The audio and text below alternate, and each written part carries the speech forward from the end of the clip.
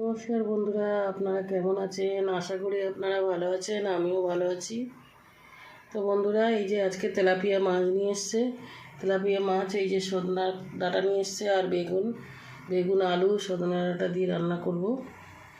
আর বন্ধুরা, এখানে এই যে বিনস নিয়ে এসছে, বিনস একটু ভাজা করব। মাছ ভাজা বসিয়ে দিয়েছি, মশলাটা করে নেবো। কাঁচা লঙ্কাটা দিয়ে বাটবো।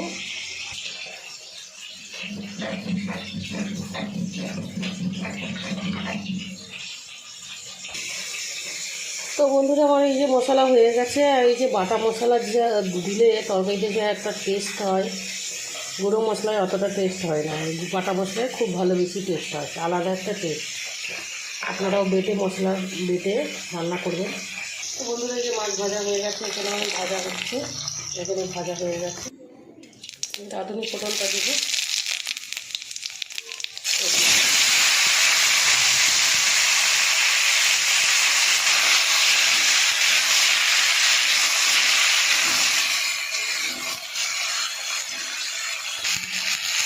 বন্ধুরা, আমি টমেটো হলুদ গুঁড়ো আর নুনটা দিয়ে দেবো।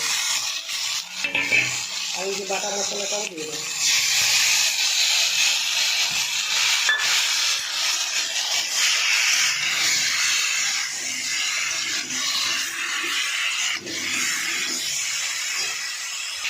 তো বন্ধুরা, আমি এর মধ্যে এবারে কুলপো শাকটা দিয়ে দেবো।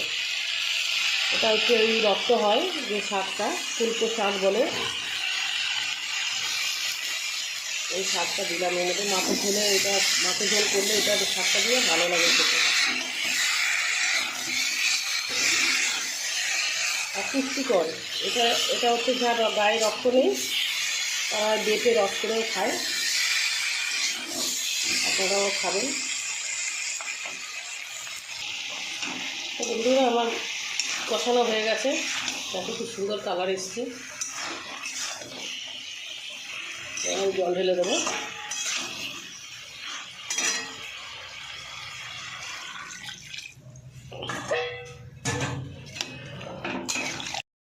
তো বন্ধুরা, আমি মাছগুলো দিয়ে দেবো। মাছগুলো তো সেদ্ধ হবে, আর এর মধ্যে হালকা এই পাতলা ঝোলের সাথে মাছগুলো একটু ভালো করে সেদ্ধ হলে তাহলে তরকারিটা আরও বেশি টেস্ট হবে। তো বন্ধুরা, আমার মাছের ঝোল হয়ে গেছে। আপনারা দেখুন, মাছের ঝোল হয়ে গেছে। বন্ধুরা, আমার ভিডিওটা যদি আপনাদের ভালো লাগে, আপনারা লাইক শেয়ার কমেন্ট করে দেবেন, আর বন্ধুরা সাবস্ক্রাইব করে দেবেন। তবে নামিয়ে নেবো বন্ধুরা। তো বন্ধুরা, এই যে নামিয়ে নিয়েছি। তো নমস্কার বন্ধুরা।